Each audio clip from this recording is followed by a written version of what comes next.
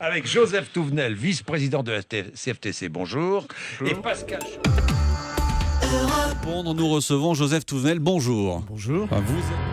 Avec nous, Joseph Touvenel, bonsoir. Bonsoir. Vous êtes Joseph Touvenel est le premier invité du Grand Journal. Bonsoir. Bonsoir. Est-ce que ce lundi de Pentecôte est un jour férié? La CFTC l'a fait remettre dans le Code du travail en gagnant devant le Conseil d'État. Donc c'est un jour férié, c'est clair, c'est net et c'est précis, c'est inscrit dans le Code. Donc, cette journée ne rapporte rien. C'est la taxe sur les salaires prélevée mensuellement. Et si je n'augmente pas la masse salariale, je n'augmente pas ce que je donne. Et derrière, l'autre arnaque, c'est d'abord les politiques. Moi, je rappelle que François Hollande, dans l'opposition, avait dit que c'était une mesure stupide. Oui. Alors, il aurait dû revenir dessus. Oui. Et on en pense ce qu'on veut de la mesure. Mais ça, c'est la démocratie qui est en cause. On ne peut pas tenir un discours à un moment donné et pas être cohérent quand on est au pouvoir. Puis la troisième chose, ce calcul de 0,3%. Il faut être aussi un énarque pour l'inventer. C'est de dire 0,3%, c'est ce que rapporte une journée de travail.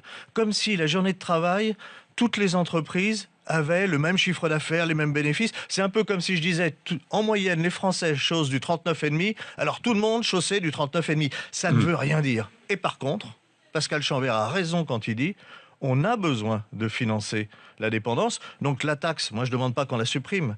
Je demande juste qu'on arrête d'obliger les salariés à travailler une journée sans être rémunérés. C'est-à-dire tout travail mérite salaire. Puis quand l'État est patron, et qu'à la SNCF, il nous dit la solidarité, ça sera 1 minute 52 par jour en plus. De qui on se moque? Et la caissière du supermarché, on lui pique un jour férié en la faisant bosser gratuitement. Et les députés d'ailleurs, combien ils rapportent les députés là? C'est quoi leur journée de solidarité? Oui, ça c'est pas faux ça, Joseph Touvenel. Qu'est-ce que vous répondez à la question que Julie vient de poser? Tout le monde devrait payer au moins un peu l'impôt sur le revenu? Dans le principe, oui, sauf à considérer... C'est quoi l'impôt sur le revenu? C'est participer aux besoins communs. Donc ça a du sens, au moins deux sens, si on a l'appartenance à une communauté, ce qui est important, la communauté nationale.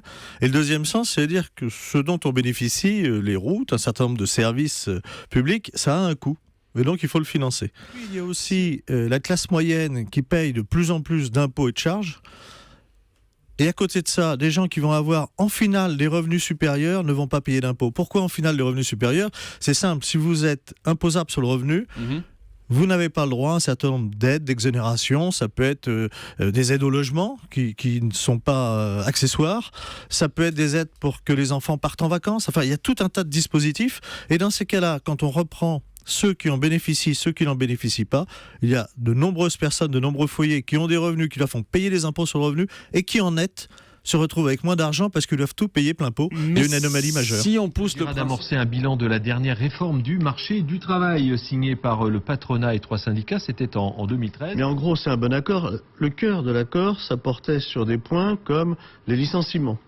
Et on voit que depuis qu'on a mis cet accord en place, il y a beaucoup moins de litiges dans les plans sociaux. Que les organisations syndicales signent 50% des plans sociaux. C'est-à-dire que dans les entreprises, les représentants des salariés vont négocier. Avant, ils regardaient passer, on les informait, puis bouf, c'était terminé. Aujourd'hui, on négocie.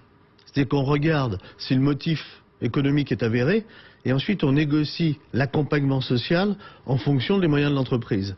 C'est-à-dire qu'on a redonné du pouvoir aux organisations syndicales et aux salariés, et ça marche.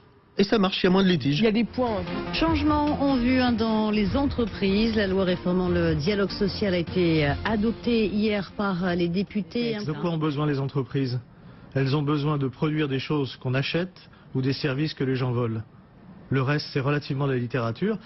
Alors la littérature peut améliorer les choses, mais à la marge. Là, on va améliorer quand même le dialogue social sur un certain nombre de points. C'est bien.